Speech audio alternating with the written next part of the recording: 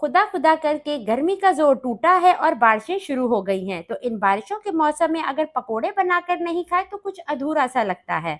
अस्सलाम वालेकुम, मैं हूँ दुआ और आज मैं आपके साथ शेयर करने वाली हूँ क्रिस्पी वेज पकोड़ा रेसिपी।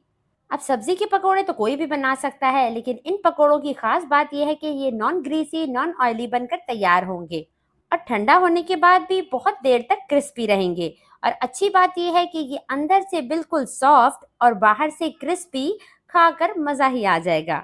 बारिश के मौसम में ये गर्मा गर्म पकौड़े मिल जाए ना तो दिन बन जाए।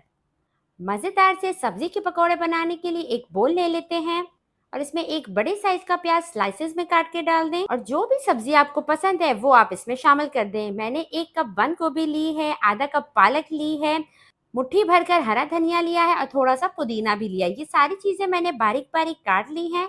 ये सारी चीजें इसमें डाल देते हैं। अब इसमें 2 दरमियानी साइज के आलू काट के डाल दें। मैंने आलूओं को जूलियन शेप में काटा है। इस तरह से आप आलू काटते हैं ना तो पकोड़े बड़े ही क्रिस्पी बनते हैं। इसके अलावा इसमें 3 से 4 हरी मिर्चें डाल दें बिल्कुल बारीक काट के।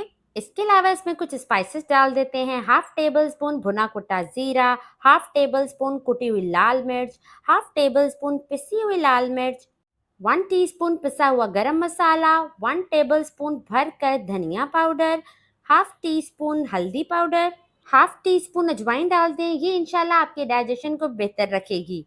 और हाफ टेबल स्पून इसमें नमक डाल दें। अब इसमें डाल दें बेसन अच्छे से छान कर। मैंने यहाँ पर बेसन लिया है 300 ग्राम, यानी 1 पाव से थोड़ा सा ज्यादा।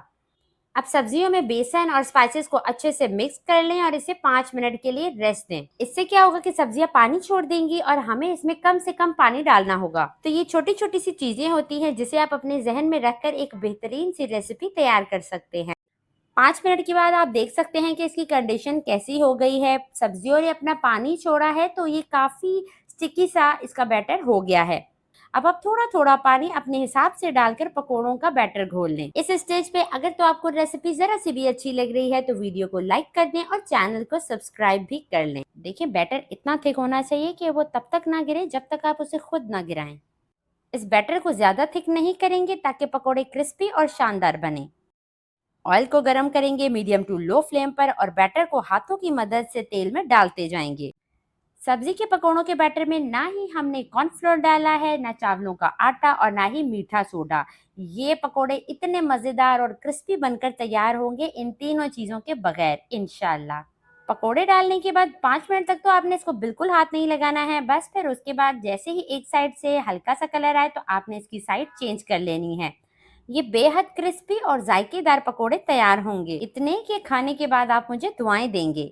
बस ये अब कुछ भी नहीं करना है, बस उलटते पलटते रहें यहाँ तक कि हमारे पकोड़े जो हैं वो गोल्डन क्रिस्पी हो जाएं। जैसे ही इन पर कलर आ जाए तो आपने इन्हें निकाल लेना है। ये बिल्कुल भी ऑयली नहीं बनेंगे। ठंडा होने के बाद भी क्रिस्पी रहेंगे, इस बात की तो मैं आपको गारंटी देती हूँ। माशाल्लाह से मिक्स सब्जी के पकोड़े तैयार है। हम इन्हें सर्व करेंगे धनिया पुदीने की चटनी के साथ। माशाल्लाह से बेहतरीन क्रिस्पी पकोड़े एकदम तैयार हैं।